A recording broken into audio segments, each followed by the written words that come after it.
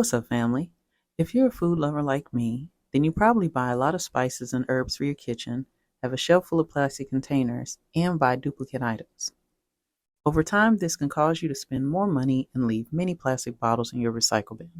This is what we'll cover in today's video.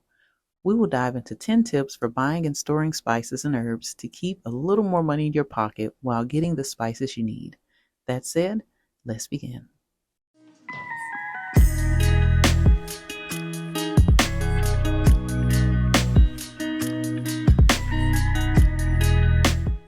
What's up, family? My name is Mia, and welcome to my humble abode.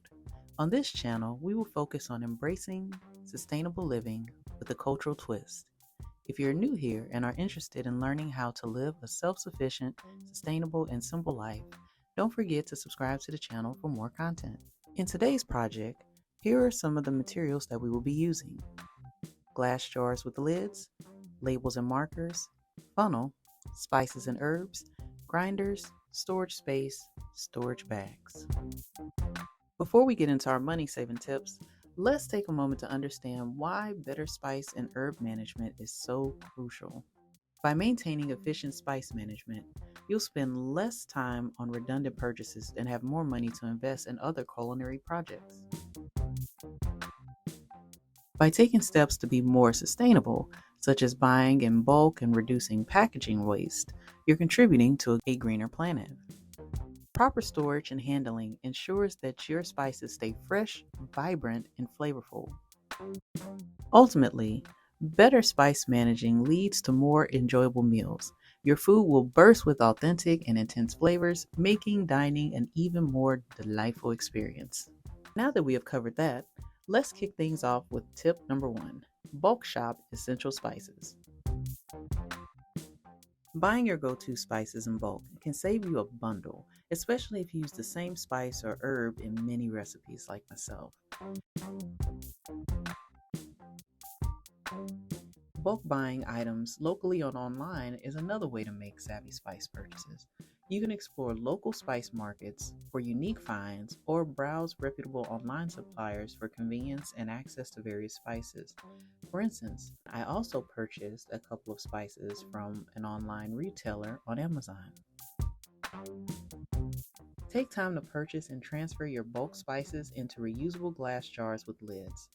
Doing so will help you keep your spices fresh, look great in your pantry, and help the environment. Whole spices are your secret to long-lasting flavor. They retain their potency longer than pre-ground spices, so when you buy whole, you get quality flavor as needed and save money in the long run. So you buy a spice grinder so that you can grind your spices as needed to unlock maximum flavor and aroma. You can use either a spice grinder or a mortar and pestle to do so. Both are effective and your taste buds will thank you.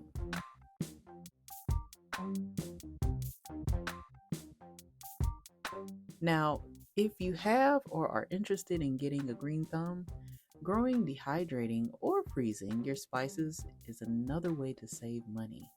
It's eco-friendly and it guarantees freshness without breaking the bank. When it comes to storing spices, organization is key. Some spices tend to look alike, and they do expire over time. But taking time to label and date our spice jars will eliminate the guessing games and keep your spices fresh and flavorful. Pre-blended spices can get a bit expensive at times. If you can spare a few moments, you can actually make your own spice blends at home. It's cost effective and you can make a batch to use over time, and it allows you to customize flavors. Believe me when I tell you that vacuum sealing is a game changer, especially if you use fresh herbs or have no jars on hand. Vacuum sealing allows you to extend the shelf life of your spices and herbs by removing excess air. And by removing the air, it can ensure that your spices not only stay fresh, it also reduces the number of times you have to go to the store. As you try new dishes, don't be afraid to experiment with new herbs and spices as well. Trying new spices is a great thing, but do so in small quantities. This way you can explore new flavors without making a big financial commitment. Now, this may sound crazy, but hear me out. There are many herbs and spices to be had for many a dish. So don't go in guessing. Expand your spice knowledge and buy a book. There are so many resources that you can buy, not only new books, but also used versions of these books.